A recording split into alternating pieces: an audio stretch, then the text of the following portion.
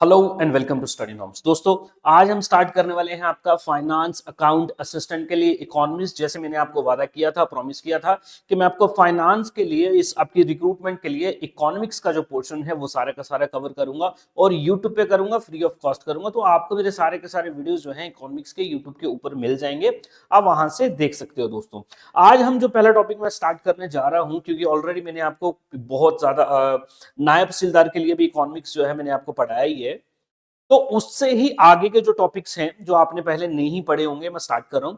तो टॉपिक का हमारा नाम क्या है? Demand analysis. क्या है? Demand analysis. इकोनॉमिक्स जो होता है आपका सब्जेक्ट, उसमें आपका एक टॉपिक है ये डिमांड और सप्लाई का टॉपिक। बहुत इंपॉर्टेंट चीज होती है और ये आपके एग्जाम के लिए भी इंपॉर्टेंट है। ये सारी की सारी चीजें हम देखने वाले हैं। उससे पहले मैं आपको दोस्तों बताना चाहूंगा कि अगर आप फाइनेंस अकाउंट असिस्टेंट की प्रिपरेशन करना चाहते हैं और इधर उधर भटकना नहीं चाहते, एक ही जगह पे सारा का सारा आपको कंटेंट मिल जाए, सारे पीडीएफ्स मिल जाए, सारे टॉपिक वाइज टेस्ट मिल जाए, तो आप हमारे इस कोर्स में दोस्तों एनरोल हो सकते हो। क्योंकि यहाँ पे आपको हर एक टॉपिक का टेस्ट मिल जाएगा, टॉपिक वाइज टेस्ट मिल जाएंगे आपको, सारे के सारे टॉपिक वाइज टेस्ट भी मिल जाएंगे, फुल लेंथ मॉक टेस्ट भी मिल जाएंगे, कंप्लीट कवरेज ऑफ सिलेबस भी मिल जाएगी। और दोस्तों, हमारे 24/7 आपका जो सपोर्ट है वो भी आपको मिल जाएगा। यानी कि कभी आपको तकलीफ, कोई प्रॉब्लम आती है तो आप हमें फोन करते हो, हम हाथों हाथ वो प्रॉब्लम आपकी सॉल्व कर देते हैं। कूपन, अच्छा, प्राइस है 3,000, लेकिन आपको 3,000 पे करने की जरूरत नहीं है क्योंकि हो आप रेमो सर के स्टूडेंट। तो आप इसमें एक कूपन लगाएंगे, फाइनेंस अकाउंट असिस्टेंट 50। दोस्तों, बहुत तगड़ा डिस्काउंट आपको मिल जाएगा। सर कितना?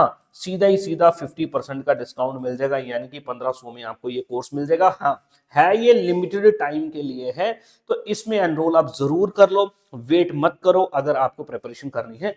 टॉपिक को करते हैं स्टार्ट करने से पहले आप ये समझें कि डिमांड एनालिसिस जो टॉपिक है, अब हम देखेंगे इसमें क्या क्या चीजें सर हमको पढ़नी है। ठीक है, डिमांड एनालिसिस में डोंट वरी, अभी समझाऊंगा आपको। पहले आप देख लें डिमांड एनालिसिस में आपको क्या क्या पढ़ना है। दोस्तों, पहले तो आप देखेंगे डिमांड क्या है। ठीक है जी। देन डिफरेंस देखेंगे कि डिमांड, डिजायर और वांट में क्या फर्क है, ये भी देखेंगे। टाइप्स ऑफ डिमांड भी देखेंगे, यानी कि इंडिविजुअल लेवल पे भी डिमांड होती है, आपकी मार्केट लेवल पे एग्रीगेट जो डिमांड होती है वो भी होती है, इसके बारे में देखेंगे। देन डिटर्मिनेंट्स और फैक्टर्स अफेक्टिंग डिमांड, क्या क्या चीजें, क्या क्या फैक्टर्स एक कमोडिटी, एक आर्टिकल की डिमांड को बढ़ा या घटा सकते हैं, इसके बारे में देखेंगे। Law of demand, very very important, ये देखेंगे। ठीक है। देन उसके बाद में demand function, elasticity of demand, exception to the law of the demand.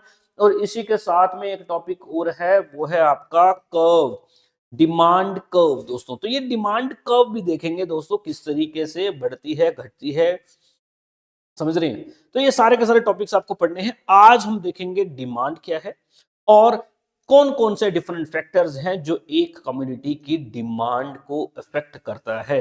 दोस्तों, चलिए शुरू करते हैं।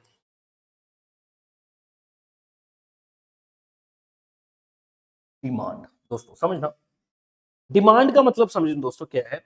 मार्केट में ना, पूरी की पूरी जो मार्केट होती है, पूरी इकोनॉमी होती है, जो भी चीजें प्रोड्यूस की जाती हैं, बनाई जाती हैं दोस्तों, किस लिए की जाती है? क्योंकि उसकी मार्केट में डिमांड होती है। डिमांड का मतलब क्या होती है? मांग।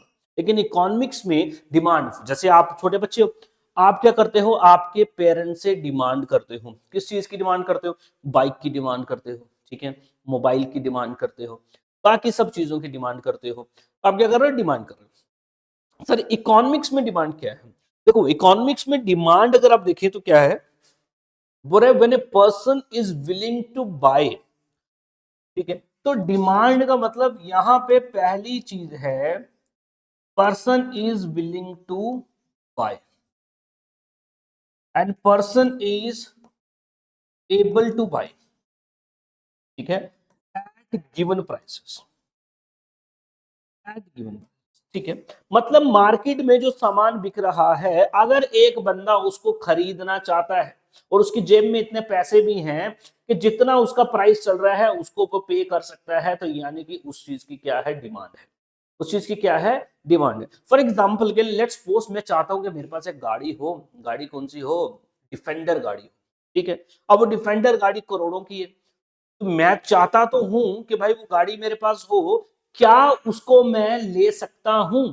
ठीक है, हाँ कभी खुदा ने चाहा मे भी ले भी लेंगे कभी जिंदगी में, लेकिन एज ऑफ नाउ अगर आप देखे जाएं तो क्या मैं उसको ले सकता हूं? क्या इतना पैसा मेरे पास है? नहीं है। तो सर उसकी डिमांड नहीं है। डिमांड का मतलब ये है कि मार्केट में ऐसे लोग हैं जो उस चीज के जो प्राइस है एज ऑफ नाउ, जितना भी उसका गिवन प्राइस है, उसको लेने के लिए रेडी है, विलिंग भी है, और उनके पास पैसे भी हैं।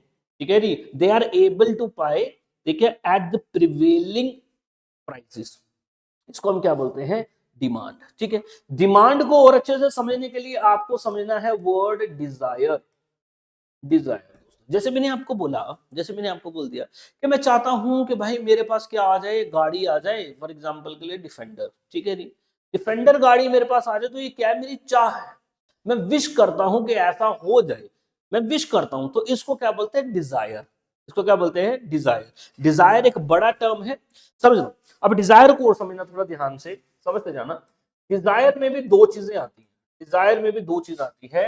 एक तो मैं ऐसी चीज की विश करता हूं जो नीड है, और एक ऐसी चीज की विश करता हूं जो वांट है। समझ लेना भाई, इकोनॉमिक्स में ये तीन आपको डिफरेंस याद करना पड़ेगा। Difference between demand, desire and want. क्या डिफरेंस है समझ लो। मैं बोला डिजायर क्या है? डिजायर एक ब्रॉड टर्म है, डिजायर के अंदर नीड भी आती है, डिजायर के अंदर वांट भी आती है। ठीक है, अगर तो मुझे चाह है, कोई मैं ऐसी चीज लेना चाहता हूं जो मेरी नेसेसरी है, यानी कि फूड है, यानी कि क्लॉथ है, कपड़ा है, ठीक है, यानी कि एजुकेशन है, भाई ये तो नीड है आपकी, ये तो आपको लेना ही लेना है। ठीक है, तो मैं चाहता हूं यार मेरे बच्चे को एजुकेशन मिले, मैं चाहता हूं यार मुझे अच्छा खाना मिल जाए, तो ये क्या है? नीड है।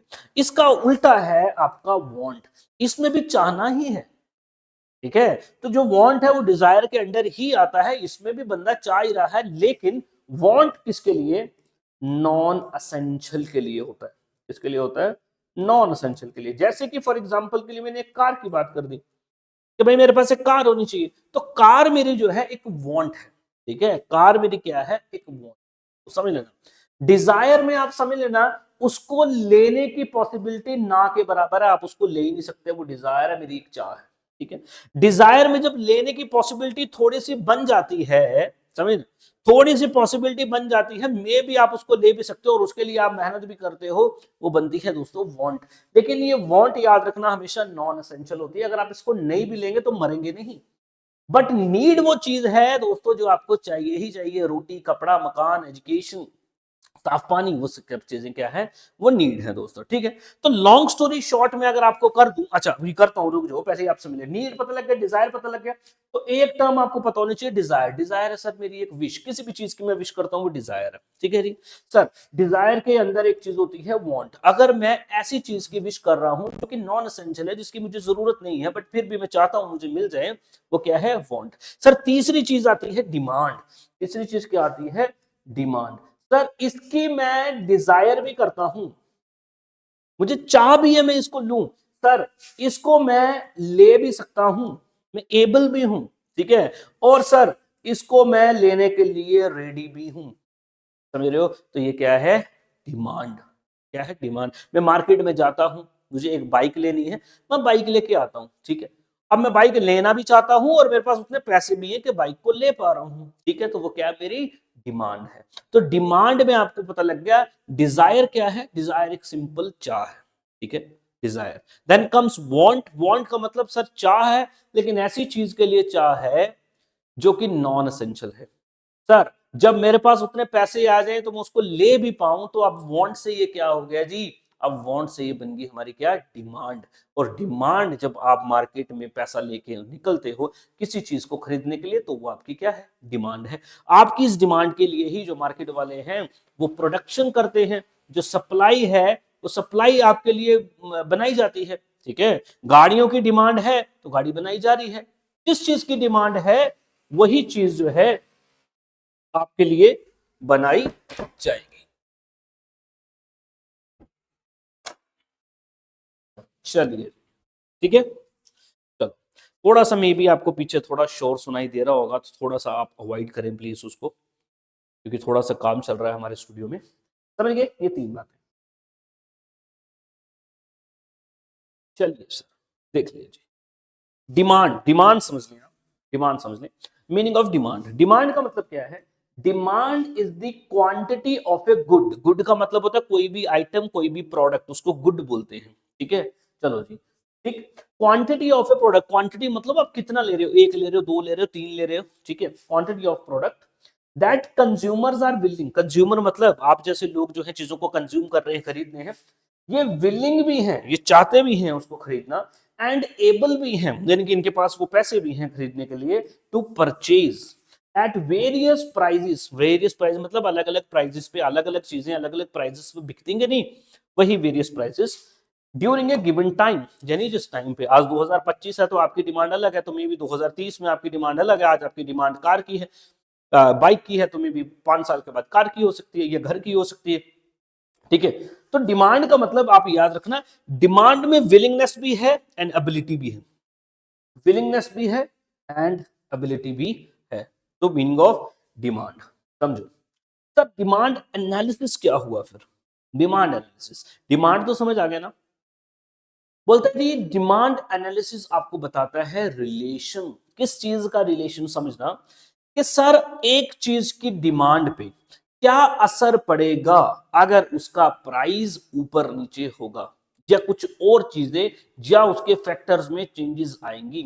लेट्स सपोज मैं आपको बोलता हूं, ठीक है, अभी सर्दियों का वक्त है, मान लो, तो मैंने ये ब्लेजर जो है डाल के रखा है, ठीक है, सर्दियों का वक्त है तो ये ब्लेजर मैंने डाला है, तो अब मार्केट में सब लोग जो है ब्लेजर खरीदने की भी, सर्दी है, तो गर्मी में इस चीज को कोई खरीदेगा नहीं, खरीदेगा, तो यहाँ पे जो फैक्टर है वो आ गया क्लाइमेट, वो क्या आ गया? Climate. Due to change in climate demand of a product जो है वो डिक्रीज हो रही है, या फिर डिमांड ऑफ ए प्रोडक्ट जो है वो इंक्रीज हो रही है।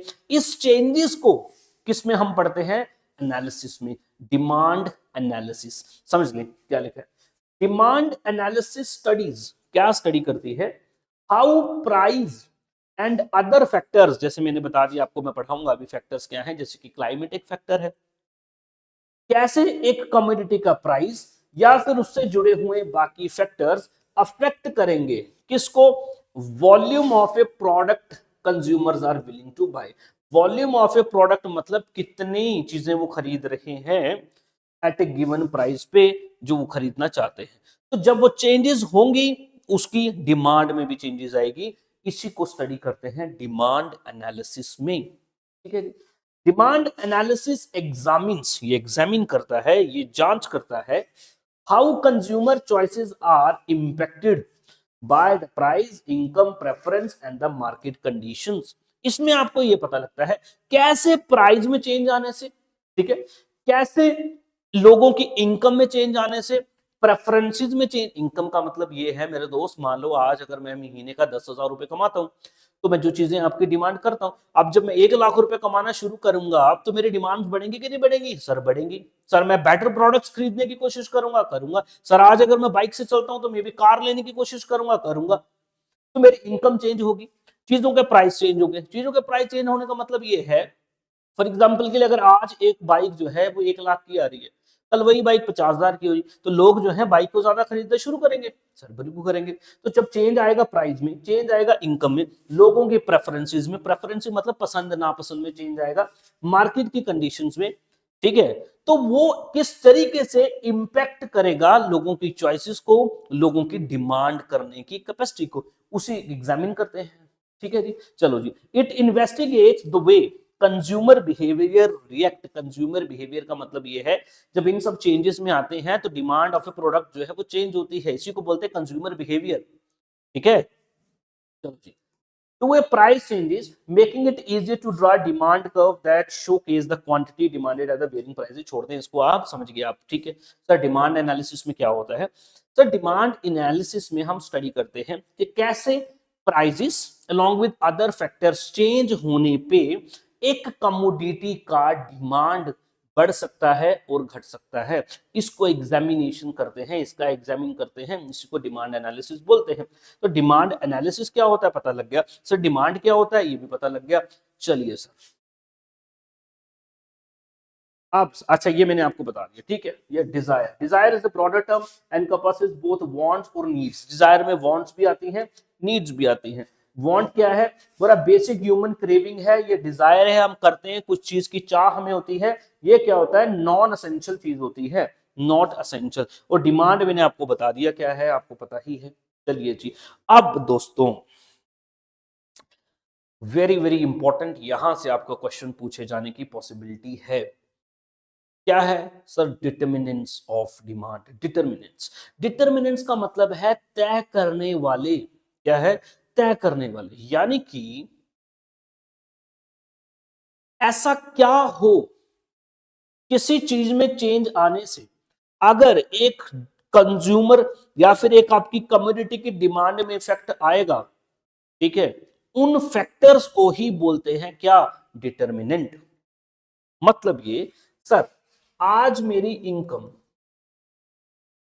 10,000 है, कल मेरी इनकम 1 लाख हो जाएगी, ठीक है, तो क्या मेरी डिमांड करने की कैपेसिटी में चेंज आएगा? सर आएगा। तो इसने मेरी डिमांड करने की कैपेसिटी में चेंज लाया कि नहीं लाया? सर लाया। इसी को बोलते हैं डिटर्मिनेंट, ठीक है, इसी को क्या बोलते हैं?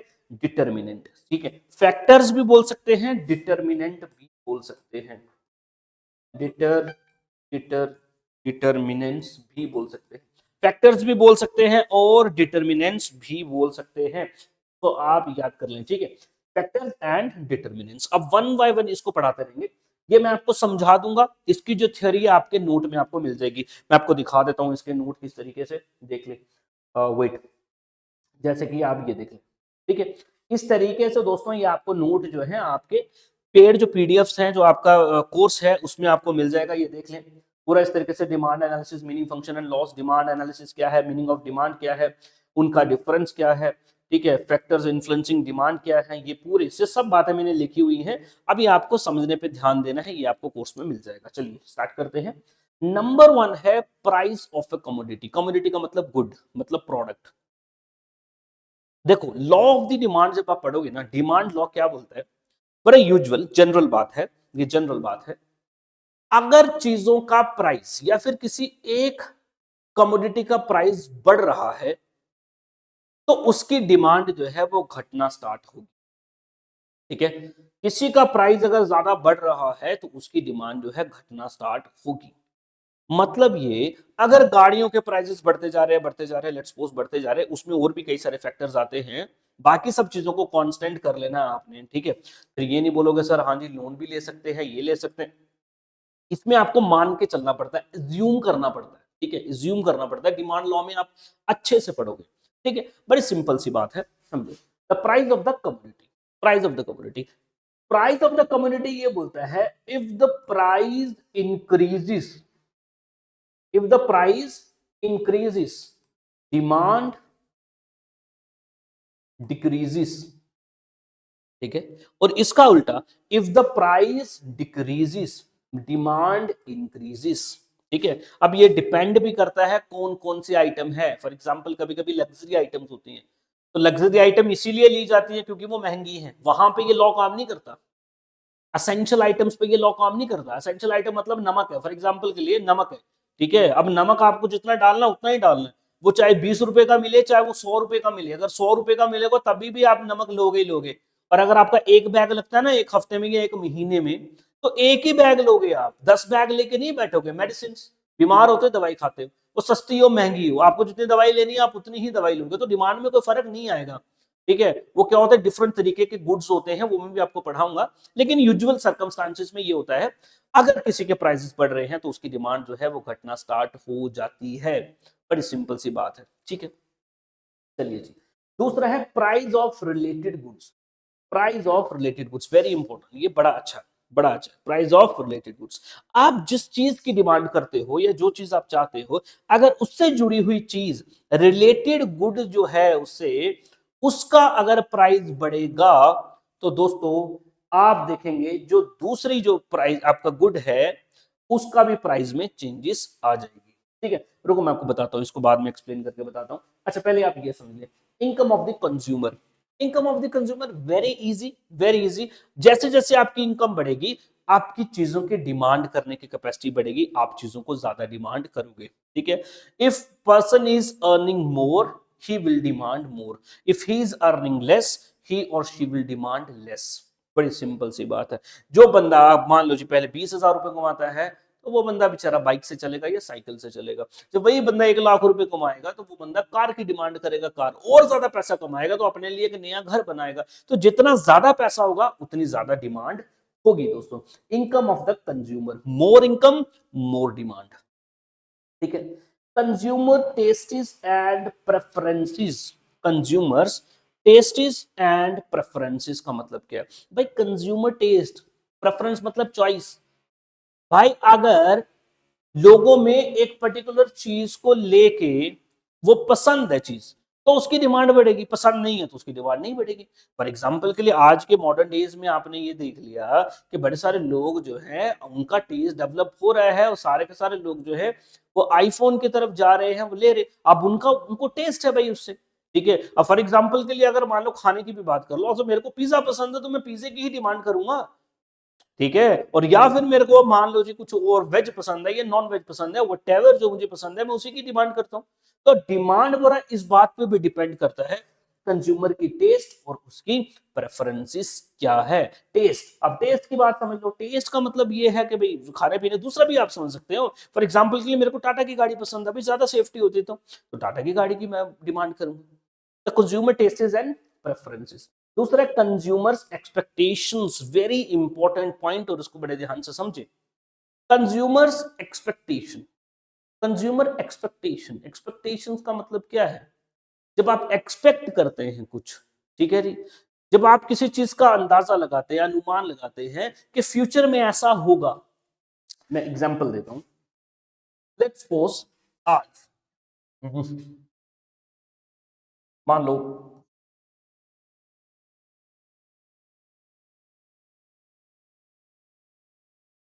लो किसी बंदे की शादी है, किसी बंदे की शादी है, उसकी शादी आज नहीं है, उसकी शादी आज नहीं है, इसकी शादी है 2 साल के बाद।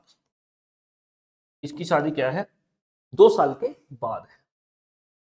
अब इसके पास ऑप्शन है, क्या ये 2 साल के बाद गोल्ड ले या फिर ये अभी गोल्ड ले ले, क्योंकि शादी में तो गोल्ड लगेगा ना, लगेगा, ठीक है।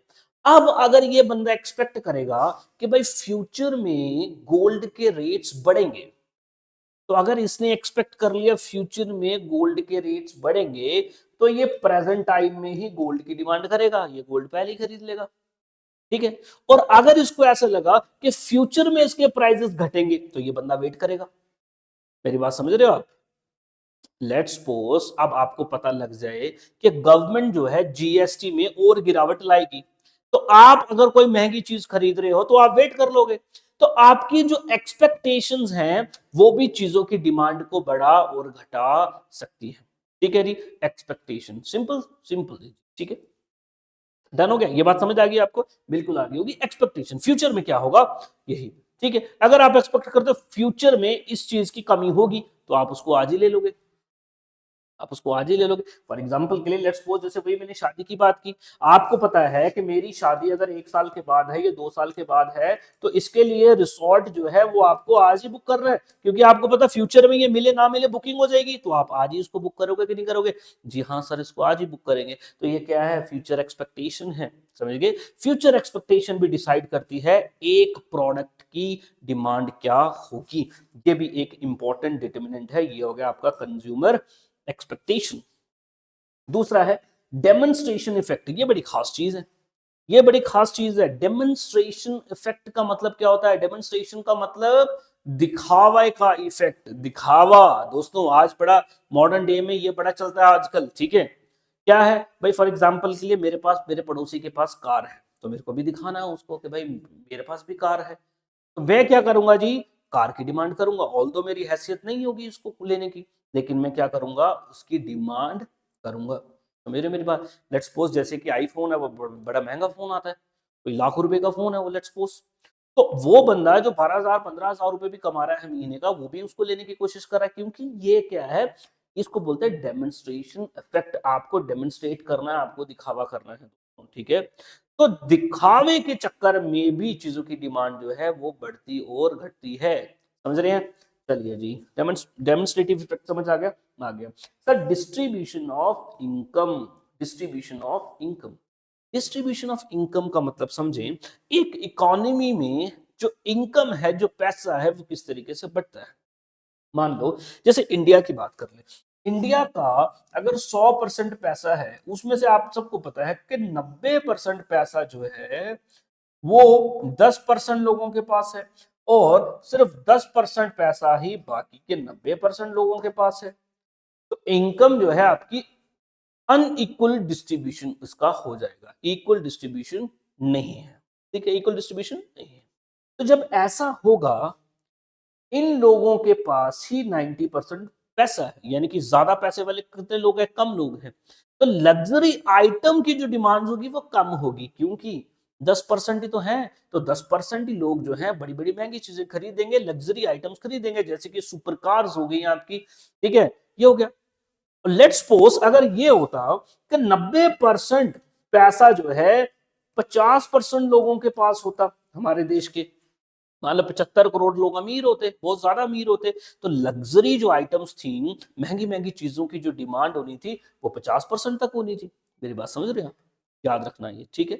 जितना ज्यादा बड़ा मिडिल क्लास होगा, जितना ज्यादा बड़ा मिडिल क्लास होगा, तो मिडिल क्लास चीजों की डिमांड ही ज्यादा होगी। मेरी बात समझ रहे हैं? इनइक्वल डिस्ट्रीब्यूशन ऑफ इनकम किस तरीके से इंपैक्ट करता है, ये भी मैंने आपको बता दिया। नेक्स्ट है size and composition of the population. Very easy. अगर तो पॉपुलेशन ज्यादा है, चीजों की डिमांड ज्यादा है। इंडिया आज दुनिया की सबसे बड़ी मार्केट है। पूरी दुनिया, डिफरेंट कंट्री, सारी की सारी कंपनीज इंडिया में आके इन्वेस्ट करना चाहती है, इंडिया में अपने प्रोडक्ट्स को बेचना चाहती है। क्यों? क्योंकि पॉपुलेशन ही इतनी ज्यादा है। मेरी बात समझ रहे हैं ना? तो जितनी ज्यादा पॉपुलेशन होगी, उतने ज्यादा कंज्यूमर होंगे, उतनी ही ज्यादा चीजें जो है वो बिकेंगी, है कि नहीं? भाई खरीदेगा कौन? लोग ही तो खरीदेंगे। तो जितने ज्यादा लोग, उतनी ज्यादा एग्रीगेट डिमांड। सर बड़ी सिंपल, है कि नहीं? सर बिल्कुल है।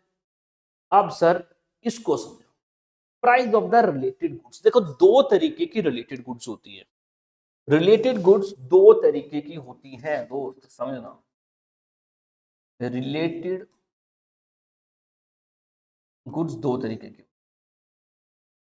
एक है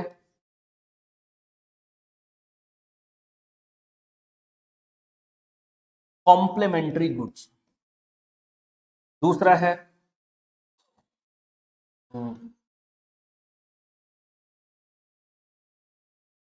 सब्स्टिट्यूट गुड्स।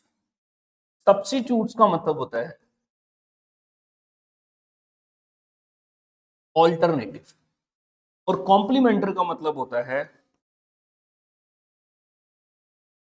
टुगेदर। मतलब ये, कुछ चीजें जो होती है ना, उनको हम साथ में इस्तेमाल करते हैं, साथ में यूज करते हैं। जैसे कि सर मेरे पास बाइक है, तो पेट्रोल साथ में इस्तेमाल होता है। बाइक चलानी है तो पेट्रोल तो लेना पड़ेगा कि नहीं लेना पड़ेगा? सर लेना पड़ेगा। ठीक है जी। तो bike and petrol complementary goods होगी। ठीक है। वैसे ही अगर आप देखेंगे, ब्रेड खाते हैं सर आप, ब्रेड के साथ में आप यूजुअल बटर खाते हैं, जैम खाते हैं। तो ये जो ब्रेड का बटर और जैम जो है, ये क्या है? ये कॉम्प्लीमेंट्री गुड्स है। क्या है? ये कॉम्प्लीमेंट्री गुड्स है। समझ गए? जूता पहनते हो तो सॉक्स भी पहननी है, कॉम्प्लीमेंट्री गुड्स है। समझ रहे हो? तो साथ में जो चीजें इस्तेमाल की जाती हैं उसको बोलते हैं कॉम्प्लीमेंट्री गुड्स, कॉम्प्लीमेंट्री गुड्स। ठीक है। दूसरा होता है सब्स्टिट्यूट गुड्स। सब्स्टिट्यूट गुड्स का मतलब ये होता है कि जो एक को रिप्लेस हम कर सकते हैं दूसरे के साथ। ठीक है, उसका ऑल्टरनेटिव, उसका ऑल्टरनेटिव। सर उसका ऑल्टरनेटिव क्या मतलब? समझ नहीं आई, थोड़ा समझाओ एग्जांपल के। फॉर एग्जांपल, मान लो जी चाय है, चाय क्या आपका एक बेवरेज है, एक आपका ड्रिंक है। सर अगर आप चाय नहीं पीते तो आप कॉफी पी सकते हो, है कि नहीं? तो ये क्या है? सब्स्टिट्यूट गुड है। ये क्या है? सब्स्टिट्यूट गुड है। ये बात समझ रहे हो ना? जैसे कपड़ा ही लगा लो आप। ठीक है, कुछ लोग फॉर्मल कपड़े पहनते हैं, कुछ लोग आपके जीन्स वगैरह या कैजुअल कपड़े डाल सकते हैं। तो एक चीज की जगह आप दूसरी चीज को यूज कर सकते हो। इसको हम क्या बोलते हैं? काम दोनों सेम ही करेंगे, काम दोनों सेम ही करेंगे, इनको बोलते हैं substitute goods. Let's talk about substitute goods. Let's suppose अगर मार्केट में अगर मार्केट में किसी एक प्रोडक्ट का प्राइस बढ़ रहा है तो चांसेस है उसका जो सब्स्टिट्यूट गुड्स है उसके डिमांड बढ़ जाएगी। सर एक और स्लाइड निकाल लेता हूं आपके लिए। लेट्स सपोज टी कॉफी, मान लो जी टी का प्राइस जो है वो बढ़ रहा है। टी का प्राइस क्या हो रहा है? बढ़ रहा है। तो जब टी का प्राइस, चाय का प्राइस जो है वो बढ़ेगा तो इस वजह से कॉफी की डिमांड बढ़ जाएगी। इस वजह से क्या हो जाएगा? कॉफी की डिमांड बढ़ जाएगी। सर ऐसा क्यों? क्योंकि चाय के कंपैरिजन में कॉफी सस्ती हो जाएगी। चाय के कंपैरिजन में कॉफी सस्ती हो जाएगी। जैसे मेरे बच्चे देखो, जैसे ऑफलाइन और ऑनलाइन, ठीक है, समझ रहे हो? अब ऑनलाइन फीस जो है वो ज्यादा होती है तो प्राइस ऑफ ऑनलाइन जो है, सॉरी ऑफलाइन जो प्राइस है वो बढ़ रहा है।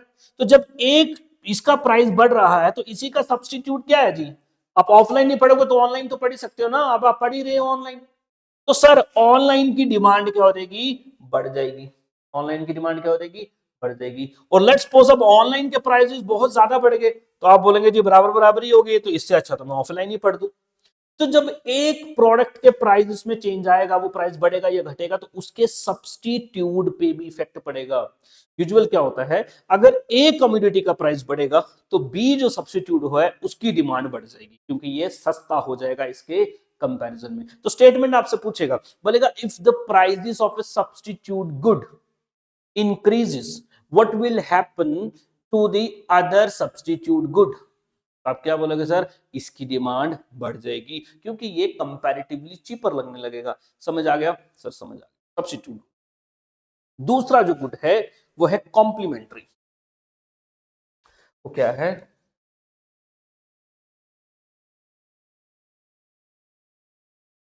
वो है कॉम्प्लीमेंट्री। कॉम्प्लीमेंट्री गुड का मतलब है जो चीजें साथ में इस्तेमाल होती हैं। कॉम्प्लीमेंट्री का मतलब क्या है? जो चीजें साथ में ही आपके इस्तेमाल होती हैं, ठीक है। कॉम्प्ली कॉम्प्ली जो कॉम्प्लीमेंट्री आपकी जो गुड्स है ना, इसमें भी यही होगा। अगर आपका एक चीज का प्राइस बढ़ रहा है, एक गुड का प्राइस बढ़ रहा है, तो समझ लेना बी गुड की डिमांड जो है ये कम होती आपको दिखाई देगी। बी गुड की डिमांड आपको कम होती दिखाई देगी। मतलब कैसे?